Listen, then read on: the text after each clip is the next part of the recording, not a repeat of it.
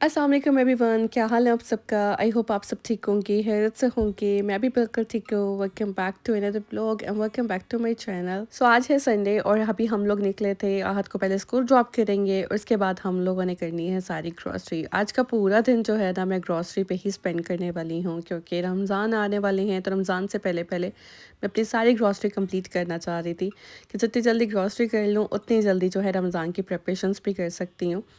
और पहले आहद को हम स्कूल ड्रॉप करेंगे क्योंकि आहद की क्लास है, तो उसके बाद फिर जो है हम अपनी कंप्लीट ग्रॉसरीज़ वगैरह करेंगे। मेरे लिए सबसे मुश्किल काम होता है ग्रॉसरी करना और उसके बाद ग्रॉसरी को सँभालना। पहले तो जो ग्रॉसरी करनी होती है उसके लिए हमें एक स्टोर नहीं कितने सारे स्टोर्स पे विज़िट करना होता है और इस चीज़ का ध्यान रखना होता है कि कहाँ से आपको हलाल चीज़ मिल रही है, कहाँ से आपको अच्छी प्राइस में और बल्क में चीज़ें मिल रही हैं। सबसे पहले हम लोग आ गए थे रेस्टोरेंट डिपो। हम लोग गूगल पे चेक करते जाते हैं साथ-साथ कि कौन-सा स्टोर पहले क्लोज़ हो रहा है, तो उसमें हमने पहले जाना है। तो रेस्टोरेंट डिपो 2 बजे बंद हो जाना था, तो इसलिए हम लोग सबसे पहले यहीं पर आए थे। रेस्टोरेंट डिपो से ग्रॉसरी करने का फ़ायदा ये रहता है कि आपको एक तो बल्क में काफ़ी चीज़ें मिल जाती हैं और ये होता है कि इनकी प्राइसेस भी अच्छी होती हैं और हलाल में भी बहुत सारी वैरायटी होती है यहाँ पर। रेस्टोरेंट्स में जितना भी मटेरियल यूज़ होता है वो सब कुछ रेस्टोरेंट डिपो से जाता है। तो यहाँ पे ज़्यादा लोग वहीं आते हैं ग्रॉसरीज़ और शॉपिंग करने के लिए जिनका रेस्टोरेंट्स का कोई काम हो तो। लेकिन हम लोग इसलिए आते हैं ताकि हम लोग जो है ना रमज़ान में जो सामान यूज़ हो ना वो यहीं से ले लें। यहाँ से मुझे हलाल चिकन पैटीज़ मिल गई थी, मैंने वो ले ली और साथ में मैंने लिए है चिकन ब्रेस्ट, क्योंकि रमज़ान में सबसे ज़्यादा ना चिकन ब्रेस्ट यूज़ होती है और इसी की सारी आइटम्स बनती हैं। मैं ज़्यादा यूज़ यही करती हूँ। तो समोसे वगैरह, रोल और स्प्रिंग रोल्स वगैरह बनाने के लिए या पैटीज़ वगैरह बनाने के लिए, तो ये पूरा रमज़ान मेरा इसी पे गुज़र जाता है और ये यूज़ हो जाता है पूरा बॉक्स। अगर मैं बाहर से लूँ ना तो बहुत महंगा पड़ता है चिकन। उनके बाहर स्टोर्स में भी जो चिकन आपको मिलता है ना वो यहाँ रेस्टोरेंट डिपो से ही जाता है और वो महंगा करके सेल करते हैं, तो यहाँ पर आपको ना कम प्राइस में मिल जाता है। तो यहाँ से मैंने पफ पेस्ट्री शीट ली थी। मैं हमेशा यहीं से पफ पेस्ट्री शीट लेती हूँ और इनकी जो शीट्स है ना सबसे अच्छी हैं और इनके पफ पेस्ट्री बहुत मज़े की बनती है। बाहर कहीं से स्टोर से मैं पफ पेस्ट्री शीट लेकर आती हूँ ना, पता नहीं क्या उनके अंदर ऑयल इतना ज़्यादा होता है, वो बहुत बुरे उनके पैटिस बनते हैं। तो मेरा नेक्स्ट स्टॉप था डॉलर ट्री। डॉलर ट्री से मैंने ये सारी शीट्स लेनी थी। ये वन डॉलर की आपको यहाँ से मिल जाती है, $1.25 की। तो काफ़ी ज़्यादा मैंने यहाँ से शीट्स वगैरह ले ली थी। अच्छा, यहाँ पर ये मैं आपको बात बताती जाऊँ कि ग्रॉसरी करने का मतलब ये नहीं होता कि आप जितनी स्पेंडिंग करें करते जाएँ। ग्रॉसरी करते हुए अपने बजट का भी बहुत ध्यान रखना होता है कि आप अपने बजट को कम करके कितनी हो सकता है ना उसमें आप शॉपिंग करें, ग्रॉसरी करें। तो हमने इसलिए जो है ना पूरा डिसाइड किया हुआ था कि कहाँ-कहाँ से हमने सारी शॉपिंग करनी है और कितना हमने स्पेंड करना है। तो डॉलर ट्री से अगर आपको कोई चीज़ें अच्छी मिल जाती हैं, क्योंकि यहाँ से आपको $1.25 की आपको ये शीट्स मिल रही हैं। तो यहाँ से ले लें। वैसे अगर आप कहीं और से जाके लेंगे तो वो महंगी पड़ जाएंगी। तो इस तरह से ना मैंने बहुत बजट कंट्रोल कर कर के सारी ग्रॉसरीज की हैं। यहाँ पर रहने से मुझे आइडिया हो गया कि कहाँ से मुझे कौन सी चीज़ कम प्राइस में मिल रही है और कहाँ पे ज़्यादा प्राइस में मिल रही है, तो इसलिए मैं शॉपिंग उसके अकॉर्डिंग ही करती हूँ। फिर हम लोग आए कॉस्को। कॉस्को से हम लोगों ने थोड़ी बहुत शॉपिंग की। यहाँ पर डेट्स आई हुई थी और ये डेट्स आपको इसी टाइम पर यहाँ पर मिलती हैं। जैसे रमज़ान आने वाले होते हैं, इससे पहले पहले ही आती हैं और साथ ही ये आउट ऑफ स्टॉक चली जाती हैं। तो लास्ट टाइम हमारे साथ ऐसा ही हुआ कि हम लोगों ने लेट कर दी, हमें ये बॉक्स नहीं मिला, तो फिर हमें रेस्टोरेंट डिपो जाना पड़ा था बड़े बॉक्स लेने के लिए।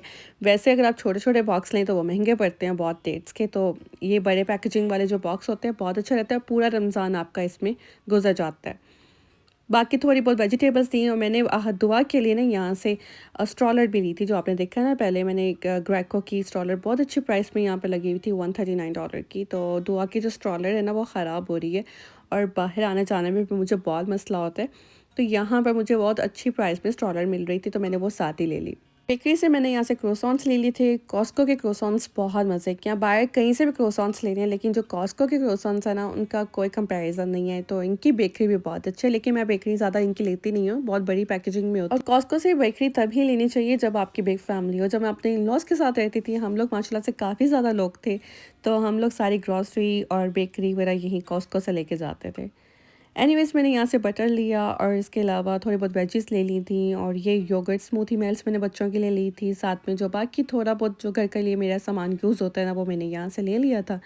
तो ये मेरी ग्रॉसरी यहाँ से हो गई। यहाँ पर आने से पहले मैं अपने घर गई थी। रेस्टोरेंट डिपो से जो भी हम लोगों ने ग्रॉसरी ली हुई थी, वो सारी हमने घर में ड्रॉप की, सारा कुछ फ्रिज में फ्रीज़र में रखा, और उसके बाद हम दोबारा से फिर निकले ग्रॉसरी करने के लिए। तो लाइक सारा दिन जो है ना हमारा ऐसे ही हम घूमते फिरते रहते हैं, तो लिटरली टायर्ड हो गए थे हम लोग कितना। आहत को फिर स्कूल से पिक किया, तो हम लोग फिर कॉस्को आए थे, और फिर आहत को यहाँ से पिज़्ज़ा लेके दिया, क्योंकि आहत जब भी कॉस्को आता है ना, यहाँ पे पिज़्ज़ा खाए बगैर नहीं जाता, क्योंकि इसका ये बहुत फेवरेट है। और साथ में हम लोगों ने संडे आइसक्रीम ले ली थी, और फिर यहाँ से फारिग होने के बाद हम लोग चले गए रॉस और साथ में होम गुड्स वगैरह। तो मुझे ना रमज़ान की थोड़ी बहुत डेकोरेशंस भी देखनी थी, लेकिन यहाँ पर कहीं पे भी रमज़ान की कोई डेकोरेशन नहीं लगी हुई थी। तो मुझे सब कुछ जो है ना अमेज़न से ऑर्डर करना पड़ा। अभी मुझे रिसीव नहीं हुआ, जैसे रिसीव होगा इंशाल्लाह तो मैं आप लोगों के साथ रमज़ान की डेकोरेशंस भी शेयर करूँगी।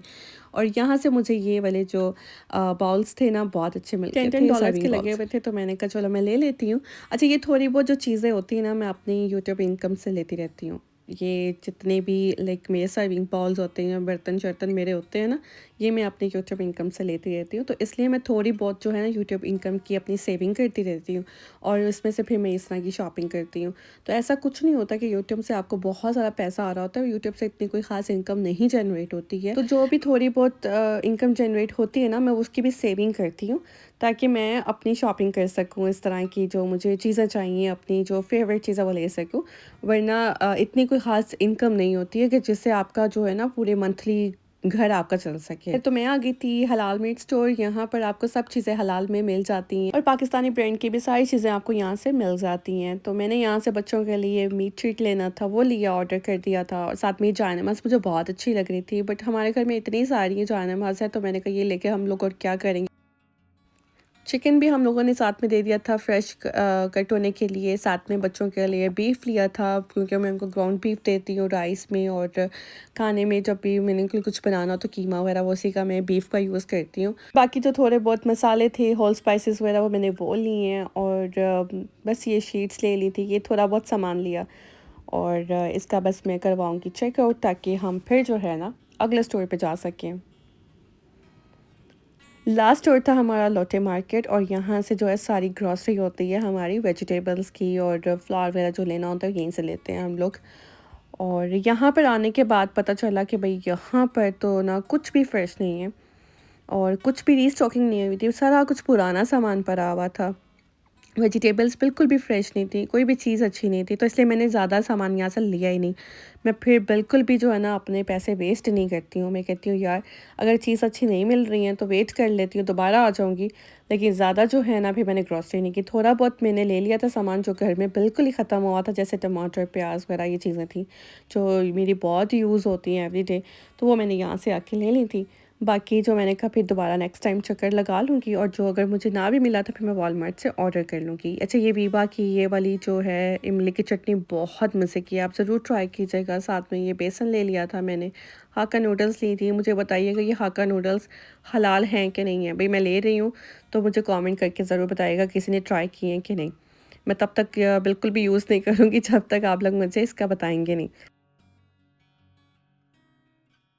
सो ये नेक्स्ट डे का व्लॉग है, और कल की सारी ग्रोसरी जो थी ना, जिसमें जो सामान फ्रिज वाला था, फ्रीज़र वाला था, वो मैंने रख दिया था। बाकी जो चीज़ें थोड़ी बहुत बाहर पड़ी हुई थी, वो मैंने कहा था सुबह सारा संभालूंगी। तो अभी मंडे का डे है आज, और आज का पूरा दिन जो है ग्रोसरी एक तो संभालने में होगा, और साथ में थोड़ी बहुत रमज़ान की प्रिपरेशन भी आज मैं स्टार्ट करूँगी। ये ग्रोसरी करना भी सबसे मुश्किल काम है, और ग्रोसरी को रखना भी सबसे मुश्किल लगता है मुझे। पूरा डे मेरा जो है ना इसी में लग जाता है, ग्रोसरी को रखने में ही। और ये वाली जो चिकन पैटीज़ मैं लेकर आई थी ना, इसको मैं ओपन कर रही हूँ और इनके मैं ना छोटे-छोटे पैकेट्स बना कर रखूँगी। क्योंकि मेरा जो ऊपर वाला फ्रीज़र है उसमें इतनी ज़्यादा स्पेस नहीं है कि मैं सारा सामान एक जगह पे रखूँ। तो नीचे जो फ्रीज़र्स रखे हैं मैं ना उनमें मैं आधा सामान रखूँगी। तो इसलिए मैं छोटे-छोटे पैकेट्स बना दूँगी और थोड़ी बहुत चीज़ें जो ऊपर रख लूँगी ताकि वो मुझे उसके लिए एवरीडे नीचे ना जाना पड़े बेसमेंट पे। और जैसे ही ऊपर कुछ ख़त्म होता है ना फ्रीज़र पे तो फिर मैं दोबारा से इसको रीस्टॉक कर देती हूँ।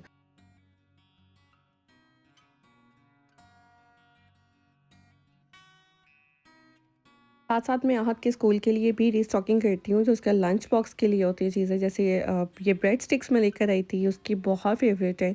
और साथ में ये कुछ पिज़्ज़ा वगैरह लेकर आई थी, चीज़ पिज़्ज़ा। और ये चीज़ें मैं उसको तब देती हूँ जब मैंने उसके लिए कुछ भी ना बना के रखा हो, फ्रीज़ ना हुआ, तो कभी कुछ नहीं भी होता, तो फिर मैं उसको लंच में ये दे देती हूँ साथ।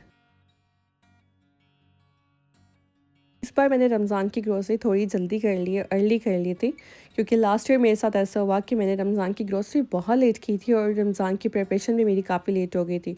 और क्योंकि मुझे बनानी होती है साथ-साथ वीडियोज़ भी, वीडियो भी शूट करनी है, उसकी एडिटिंग्स भी करनी होती है, तो मेरा फिर काम बहुत ज़्यादा जो है ना पेंडिंग हो जाता है, मतलब कंप्लीट ही नहीं हो पाता है। तो मैंने इस बार सोचा था कि मैं 2 वीक्स पहले ही अपना काम शुरू कर दूँगी और सारी ग्रोसरीज़ करके जितना भी रमज़ान के लिए मुझे सामान तैयार करना है और इफ़्तार की प्रिपरेशंस करनी है, क्योंकि ऑफ़ कोर्स हम लोग इफ़्तार दावत वगैरह भी करते हैं फिर यहाँ पर। तो मैं सारी चीज़ें पहले बना के रखना चाह रही थी ताकि रमज़ान में मुझे ना कोई भी मसला ना हो और जितना हो सके ना अपना टाइम सेव कर सकूँ। तो इसलिए मैंने ज़्यादा जल्दी सारा कुछ ले लिया था। अब इनको स्टोर करने के लिए मैं इनको इस तरीके से जो है ना सारी चीज़ों को रैप कर रही हूँ। मैंने आपको बताया था आप इस तरह से रैप करके सारे अपनी ग्रॉसरी रखते हैं ना फ्रिज में, तो ये काफ़ी दिनों तक की फ्रेश रहती है, ख़राब नहीं होती है। 1 वीक से ज़्यादा आपका टाइम गुज़र जाता है इनके साथ और ये ख़राब नहीं होंगी।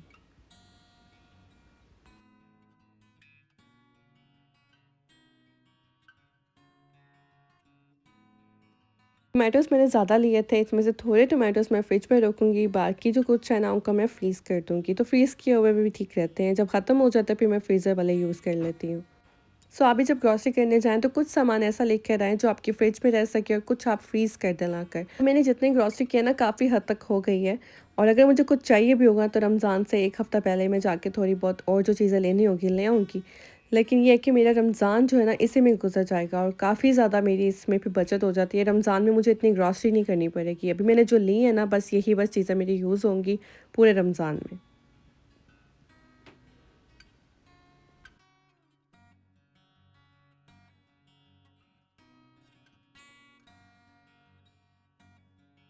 बटर सबसे ज़्यादा रमज़ान में यूज़ होता है सुबह के पराठों के लिए और हमारा जो सहरी में होता है ना, मैं तो पराठे ही ज़्यादा शौक से खाती हूँ। तो वैसे भी रेगुलर रूटीन में मेरे देसी घी घर में बहुत यूज़ होता है, बच्चों को सब चीज़ें मैं देसी घी में ही बना कर देती हूँ।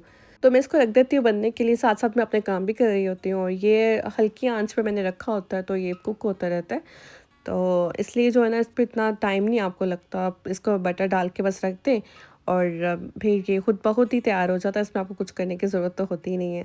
अच्छा, जो चिकन है ना मैंने कल लाके इसको फ्रिज में रखा था, अगर मैं फ्रीज़ कर देती तो इसको मुझे दोबारा से डीफ्रोस्ट करना पड़ना था। फिर से मैंने कहा अगर डीफ्रोस्ट करूँगी, फिर से फ्रीज़ करूँगी तो इस तरह से ना चिकन ख़राब हो जाएगा। तो है मैंने इसको कल फ्रिज में रखा था। अभी जो है ना 1 पैकेट को जो है ना मैं कट कर रही हूँ इस तरह क्यूब्स में। क्यूब्स कट करके रखने का फ़ायदा ये होता है कि यार जब आपने कुछ भी बनाना हो ना बोनलेस में, या बोनलेस हांडी बनानी है या बटर चिकन बनाना है या इसके अलावा भी चाइनीज़ वगैरह में या पास्ता में चिकन यूज़ होता है। तो अगर क्यूब्स पहले से कटिंग की करके रखी हो ना तो बस आपने निकाल के इसको डीफ्रोस्ट करना है और बस इसको कुक कर लें। तो कटिंग की ज़रूरत नहीं पड़ती, मतलब आधा टाइम आपका इसमें सेव हो जाता है। तो यहाँ पे बटर देख लें कुक हो रहा है। मैं बस साथ-साथ हिलाती रहती हूँ ताकि जो है ना साथ में स्टिक ना हो जाए, कहीं ये बर्न ना हो जाए। और बस छोटे-छोटे पैकेट्स में यहाँ पे क्यूब्स के बना रही हूँ और मतलब ये होगा कि जितना मुझे ज़रूरत है ना बस 1 पैकेट निकालना है, उतना ही मैंने यूज़ करना है, तो मैं उस हिसाब से बस पैकेट्स बनाती हूँ। सारे काम टाइम टेकिंग होते हैं और आपको पूरा दिन लग जाता है। वीडियो में देखने में तो ऐसा लगता है कि जैसे बहुत क्विकली काम हो रहा है, बल्कि ऐसा नहीं था, पूरा डे मेरा इन चीज़ों पे लग गया था। और वीडियो भी मेरी इतनी लॉन्ग थी, लाइक ये 2 घंटे की वीडियो थी जितनी मैंने शूट की थी। उसको मैंने एडिट कर कर के 40 मिनट तक किया, फिर 40 मिनट भी बहुत ज़्यादा थे, फिर मैंने इसको और एडिट किया और ये फिर जाके 25 मिनट की हुई। मुझे 25 मिनट्स भी बहुत ज़्यादा लग रहे थे। मैंने इसको और एडिट किया ताकि मैं इसको 20 मिनट्स तक कर सकूँ, ताकि ये ना हो कि आप लोग इतनी लॉन्ग वीडियो फिर देख ही ना सकें। तो है टाइम लग गया था बहुत मुझे, एक तो वीडियो बनाते हुए भी, इसकी एडिटिंग पे भी। तो इसलिए इस बार थोड़ी वीडियो भी लेट पोस्ट हुई है। मैंने यहाँ पर सारे चिकन के पैकेट्स बना दिए थे। बॉक्स इतना हैवी था कि मैं आधा उठा कर जब आगे गई तो मुझसे नीचे लेके नहीं गया गया। तो फिर मैंने अपने हस्बैंड को बोला कि वो छोड़ कर आए, और फिर मैं नीचे जाकर जो है ना उनको रखाऊँगी फ्रीज़र में। तो बटर, ये देख लें बटर का कलर चेंज हो गया है, और जैसे ये बिल्कुल येलो हो जाता है ना, और तो फिर बस आपने इसको किसी भी एयर टाइट जार में निकाल देना है। देसी घी आप फ्रिज में भी रख सकते हैं और ये ख़राब नहीं होगा, और इसकी शेल्फ़ लाइफ भी बहुत ज़्यादा होती है, तो ये बाहर भी अगर आप रखेंगे तो ये ख़राब नहीं होगा। अच्छा, यहाँ पर जो है ना मैं आपको एक आसान तरीका बताने वाली हूँ रमज़ान के लिए। जैसे अगर आपने पकोड़े वगैरह बनाने होते हैं रमज़ान में, तो आप क्या कर सकते हैं, सबसे पहले आपने ये करना है कि बेसन लेना है और उसमें आपने सारे मसाले डाल देने हैं, जो जो मसाले आप यूज़ करते हैं ना, डालते हैं पकौड़ों के लिए। तो आपने सारे वो मसाले डाल के तो इसको मिक्स कर लेना है। मैंने इसमें डाला है नमक, लाल मिर्च और ज़ीरा पाउडर, धनिया पाउडर, गरम मसाला, और साथ में मैंने इसमें ये कोरिएंडर सीड्स डाले थे, और साथ में थोड़ा सा ज़ीरा डाला था। तो सारे इंग्रेडिएंट्स को बेसन के साथ मिक्स कर लेना है, और एक कंटेनर ले लें तो उसके अंदर डाल दें, जो एयर टाइट कंटेनर हो ना उसमें डाल दें। तो मैंने भी डाल दिया, और इसको बस मैं सेव कर दूँगी, यहाँ पर रख दूँगी। जब भी रमज़ान में मुझे पकौड़े वगैरह बनाने होंगे ना, तो बस इसको निकालना है, यहाँ से आपने मिक्सचर लेना है, इसमें पानी डालना है, वेजेस डाल देनी है। कोई मसालों की आपको ज़रूरत नहीं पड़ेगी उस टाइम पर, और आपका टाइम भी सेव हो जाएगा। इस वीडियो में मैं आपको बहुत बेसिक सी चीज़ें बता रही हूँ, ये सभी करते हैं, लेकिन मैंने कहा चलें आप लोगों को भी थोड़ा मोटिवेट कर देती हूँ, ताकि आप भी सारे ये काम कर लें, और आपका आधा टाइम जो है इसमें सेव हो जाएगा, आपका काम काफ़ी हद तक कंप्लीट हो जाएगा। क्योंकि ये सारे वो काम हैं जो बहुत टाइम टेकिंग है, इनको करने में आपको बहुत ज़्यादा टाइम लग जाएगा, पूरा डे आपका इन सब चीज़ों पे लग सकता है। तो इसलिए अभी से ये काम करके रख लें, तो फ्रीज़ कर दें सारी चीज़ें बनाकर। तो मैंने यहाँ पे जिंजर गार्लिक को पहले तो उसका चॉप किया, उसमें थोड़ा-सा मैंने ऑयल डाला था, ऑलिव ऑयल, और बस इसको मैं आइस क्यूब्स में डाल रही हूँ, इनको फ्रीज़ कर दूँगी। थोड़ा-सा मैं ज़िप-लॉक बैग में भी डाल के रखूँगी। जैसे फ्रीज़ हो जाएँगे तो उसके बाद मैं इनको फिर बैग्स में डाल के रख दूँगी। और इसके बाद जो मेरे नेक्स्ट में रमज़ान की जो वीडियोज़ होंगी ना, वो भी इंशाल्लाह आप लोगों के साथ फ्रोज़न चीज़ें सारी शेयर करूँगी। समोसा रेसिपी, पफ पेस्ट्री की रेसिपी, जो भी मैं बनाऊँगी ना, वो सारी रेसिपीज़ मैं आप लोगों के साथ आगे शेयर कर दूँगी।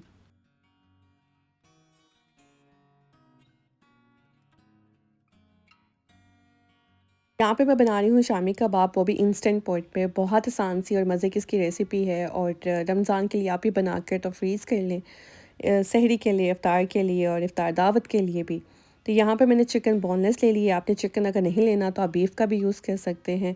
तो यहाँ पे मैंने दाल को पहले से सॉक करके रखा था, दाल डाल दी थी इसमें। मैंने साथ में जिंजर गार्लिक का पेस्ट डाला है, आलू कट कर लिए थे मैंने, 2 आलू इसमें डालने हैं। साथ में मैंने चॉप्ड ग्रीन चिलीज़ डाल दी थी, और थोड़े से होल स्पाइसेस मैंने इसमें डाले थे। मैंने इसमें डाले हैं सिनेमन स्टिक, ब्लैक कार्डेमन, साथ में थोड़ा सा ज़ीरा और कोरिएंडर सीड्स।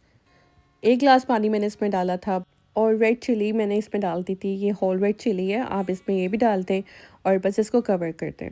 23 मिनट्स के लिए मैंने इसको कुक किया है, ताकि ये अच्छे से सारी चीज़ें जो है ना मिक्स हो जाएँ और सॉफ्ट हो जाएँ। तो यहाँ पे मैशर के साथ इसको मैं मैश कर रही हूँ। अगर आप ग्राइंडर के साथ करना चाहते हैं, हैंड ब्लेंडर के साथ भी करना चाहते हैं, कह सकते हैं। वो मुझे इस तरह का टेक्सचर चाहिए था, तो बस मैंने इसको मैशर के साथ ही मैश किया था।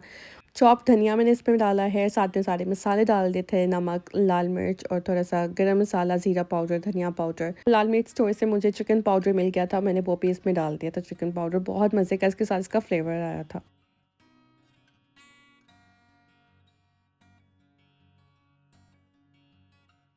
बस यहाँ पे सारे मिक्सचर को मैंने अच्छे से मिक्स कर लिया था। अगर आप लोग चाहते हैं इसमें एग डालना, तो आप एग भी डाल सकते हैं, या तो आपको लगेगा ना ये टूट रही हैं, तो ये बिल्कुल भी नहीं टूटेंगे, क्योंकि इसमें मैंने ऑलरेडी दाल और आलू डाले हुए हैं। तो इसमें आपको किसी भी चीज़ की ज़रूरत नहीं है डालने की। लेकिन अगर आप एग डालना चाहते हैं तो डाल दें। मैं इसमें एग नहीं डाल रही, इसलिए जब मैं फ्राई करूँगी तो बस इसके एग की कोटिंग करके तो फिर फ्राई करूँगी। रमज़ान के लिए मैंने मिक्सर काफ़ी ज़्यादा बना लिया था, ताकि ज़्यादा सारी शामी टिक्कियाँ बन सकें, और काफ़ी टाइम तक यूज़ हो जाए। तो काफ़ी ज़्यादा बन गई थी, और मैं बहुत थक गई थी, इसलिए मैंने चेयर रखी, आराम से बैठ के सारी शामी टिक्कियाँ बेल दी थी मैंने। और ये देखिए काफ़ी ज़्यादा बन गई थी, तो बस इनको फ्रीज़ करेंगे, इसके बाद फिर ज़िप-लॉक बैग में डाल के तो रख देंगे। यहाँ पे मैंने एक एग लिया है, तो आपको मैंने कहा दिखा देती हूँ कि इसकी जो कोटिंग करने के बाद, फ्राई होने के बाद, कैसी लगती हैं ये। है ये बहुत मज़े की बनी थी। ज़रूर ट्राई कीजिएगा रेसिपी को भी और आई होप कि आपको मेरा आज का ये व्लॉग भी अच्छा लगा होगा, आप लोगों ने एन्जॉय किया होगा, काफ़ी आइडियाज़ भी आपको मिले होंगे और इंशाल्लाह अगले व्लॉग्स में भी आप लोगों के साथ मज़ीद इन रमज़ान की प्रिपरेशंस में शेयर करूँगी और आइडियाज़ भी। तो व्लॉग अच्छा लगा और ज़रूर लाइक को शेयर कर दीजिएगा और कमेंट अपने करना बिल्कुल नहीं भूलना। आपके रिव्यूज़ मेरे लिए बहुत मैटर करते हैं, तो ज़रूर लाइक और शेयर और कमेंट किया करें। तो बस इंशाल्लाह आपसे मिलते हैं मेरे नेक्स्ट व्लॉग पे। अपनी दुआ में मुझे बहुत सारा याद रखिएगा और ये कब शामी टिक्की की रेसिपी को ज़रूर ट्राई कीजिएगा। तो अपना ख़्याल रखिएगा। अल्लाह हाफ़िज़।